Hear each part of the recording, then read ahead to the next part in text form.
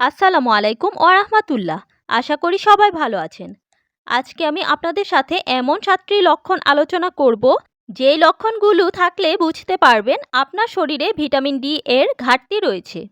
Vitamin D এর অভাব ঘটলে শুধু হাড়ের ক্ষয় হয় এমনটা নয়, অন্যান্য শারীরিক সমস্যাও দেখা দেয়।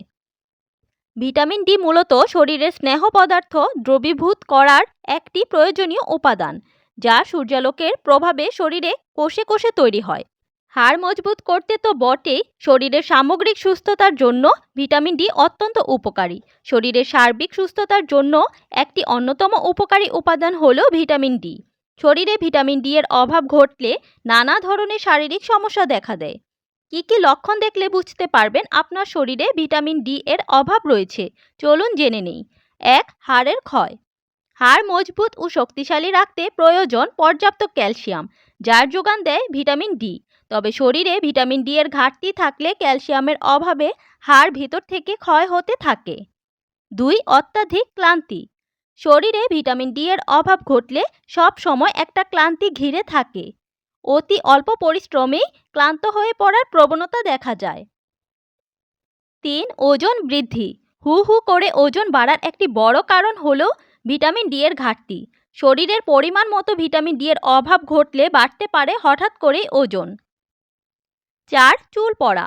মূলত পর্যাপ্ত পুষ্টির অভাবেই চুল পড়ে, কিন্তু চুল পড়ার আরও একটি কারণ হলো ভিটামিন ডি এর ঘাটতি।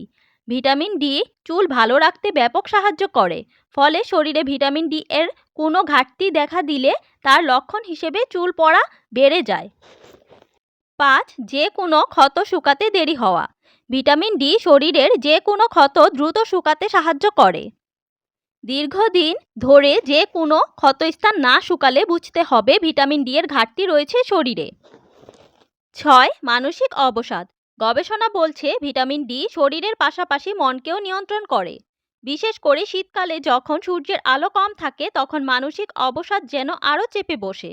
এর কারণে সূর্যের আলো থেকে ভিটামিন ডি সরাসরি পাওয়া যায় না বা খুবই কম পাওয়া যায়। ৭. পিঠের ব্যথা। শুধু বয়স্করাই নন, পিঠের ব্যথার সমস্যায় ভুগছে নতুন প্রজন্মও। অনেকের এর কারণ হিসেবে দীর্ঘক্ষণ এক জায়গায় বসে বসে কাজ করাকে ধরে নেন, কিন্তু শরীরে ভিটামিন ডি এর ঘাটতি থাকলেও পিঠে ব্যথা হতে পারে। তাই সবাই পর্যাপ্ত পরিমাণে ভিটামিন ডি খাওয়ার চেষ্টা করবেন। ভিটামিন ডি যুক্ত খাবার এবং ভিটামিন ডি এর জন্য রোদে বসা ট্রাই করবেন।